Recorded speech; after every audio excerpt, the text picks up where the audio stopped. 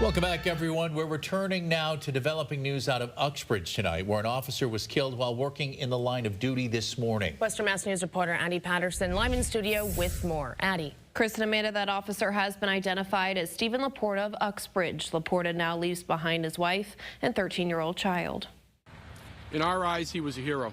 43-year-old officer Stephen Laporta of Uxbridge was killed while working in the line of duty early Wednesday morning.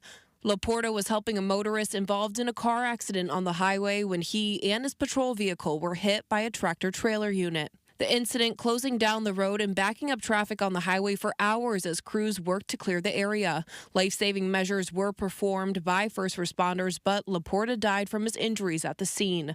A procession of police cruisers escorted Laporta's body from the highway hours after the crash to the medical examiner's office in Westfield. The Uxbridge Police Department holding a press conference Wednesday afternoon honoring Laporta's service to the community.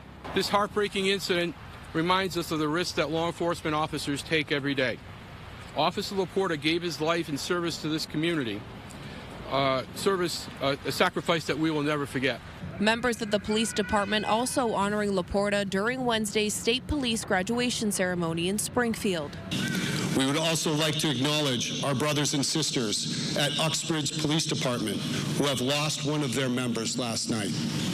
At this time, I would ask you to please join me in a moment of silence as we remember all those police and military personnel in our great Commonwealth and beyond who have given their lives in defense of this nation and its people.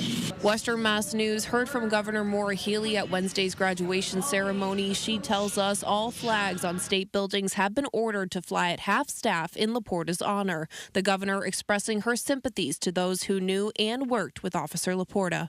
Devastating, heartbreaking news. My prayers are with his family and with members of the department. As of right now, the incident remains under investigation by state police. Reporting live in studio, Addie Patterson, Western Mass News.